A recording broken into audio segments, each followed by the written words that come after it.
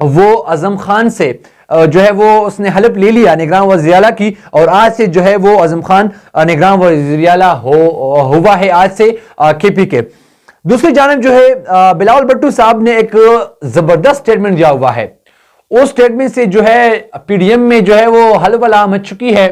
P D M جو ہے وہ تتر بتر ہو چکی ہے۔ اس سٹیٹمنٹ کے بعد جو ہے وہ پی ڈی ایم والے سارے جو اس کے ارمان اور خواہشات تھے وہ ختم ہو چکے ہیں۔ بلاول بھٹو صاحب جو ہے وہ اب وزیر اعظم بننے کا خواب دیکھ رہے ہیں، وہ چاہتے ہیں کہ اگر وزیر اعظم میں بنوں گا، وہ چاہتے ہیں کہ پاکستان کا جو ہے اگلا وزیر اعظم وہ بلاول بھٹو صاحب بنے، لیکن ایسا ہوگا نہیں۔ بلاول بھٹو صاحب نے سٹیٹمنٹ دیا کہ اگر پیپل پارٹی نے الیکشن جیتی تو پرائم منسٹر کا عہدہ میں سنبھالوں گا، یعنی اگر جو انتخابات آنے والے ہیں، یہ بھی ایک ادنیہ ہے جو بلاول بھٹو صاحب نے دیا کہ انتخابات تو ہونے ہیں جلدی، اگر پیپل پارٹی نے انتخابات جیتی تو وزیر اعلیٰ میں ہوں گا۔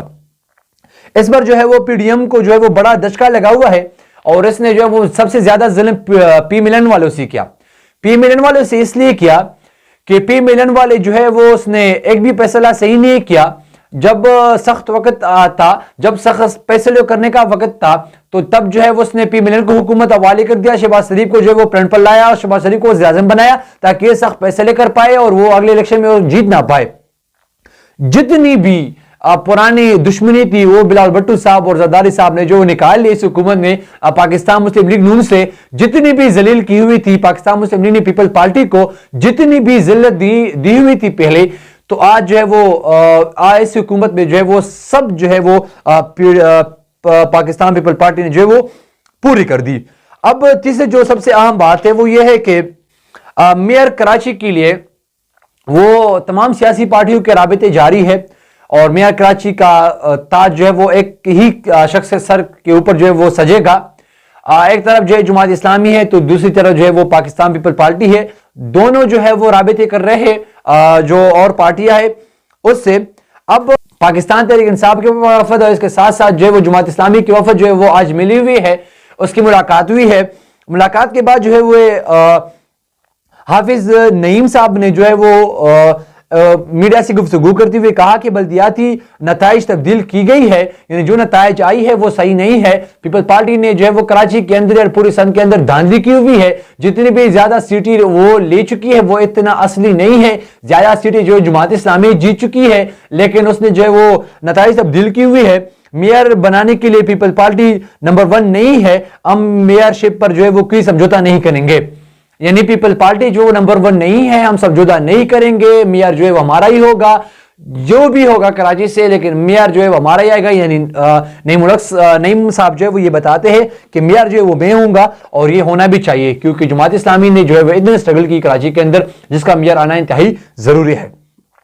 اس کے بعد جو ہے نون لیگ نے جو ہے وہ کراچی میں پیپل پارٹی کی حمایت کا اعلان کر دیا ہوا، کیونکہ یہ پہلے بھی جو ہے وہ غلام ہے، پیپل پارٹی جو کہے گا وہ کرے گا، اس لیے جو ہے وہ پاکستان مسلم لیگ نے جو ہے وہ کراچی میں پیپل پارٹی کی جو ہے وہ حمایت کا اعلان کر دیا ہوا ہے، اور یہ اعلان صدر مسلم لیگ نون نے کراچی میں بتایا۔ اس نے کہا کہ میئر جو ہے وہ پیپلز پارٹی کا آنا چاہیے کیونکہ پیپلز پارٹی کی انتہائی زیادہ خدمات ہے کراچی کے اندر، چونکہ ہے نہیں، لیکن یہ جو مسلم لیگ کا صدر ہے بیچارہ وہ تو یہی سٹیٹمنٹ دے گا۔ اس کے علاوہ سید غنی صاحب نے کہا ہے کہ جماعت اسلامی جو ہے وہ پہلے ترجیح نہیں ہے، اور اس کے علاوہ جماعت اسلامی جو ہے وہ ہم ان کے ساتھ چلنا چاہتے ہیں۔ پیپلز پارٹی جو ہے وہ 96 سیٹیں ہیں ان کی، اکثریتی جماعت کو ہی میئر کا حق ہے، یعنی اکثریت جماعت اب یہ کہتی ہے کہ اکثریت جماعت تو وہ پیپلز پارٹی ہے، اگر اکثریتی جماعت پر آپ نے جو ہے میئرشپ کا سلیکشن کرنا ہے تو پھر قومی اسمبلی کے اندر بھی آپ نے اکثریتی جماعت کو کیوں باہر نکالا؟ اگر اکثریتی جماعت پر جو ہے وہ آپ میئرشپ دیں گے تو پھر قومی اسمبلی میں جب عمران خان صاحب کے ساتھ جو اکثریت تھی، سب سے زیادہ اکثریتی والی پارٹی پی ٹی آئی تھی، اب جو کہ ظاہر سی باتیں نہیں ہے کیونکہ انہیں زیادہ لوگوں نے استعفا دیا ہوا ہے، 125 کے قریب جو وہ ممبر تھے ان کے پاس، تو کیوں پھر آپ نے جو ہے وہ عدم اعتماد کے ذریعے اس کو نکالا؟ کیوں جو ہے وہ اکثریت جماعت کو جو آپ نے حکومت نہیں دی؟ یہ زیادہ سوالات ہے جب سید غنی سے جو ہے وہ پوچھنا چاہیے۔ اب تک کے لیے اتنا ہی، اگلی ویڈیو کے لیے دیجیے اجازت، اللہ حافظ۔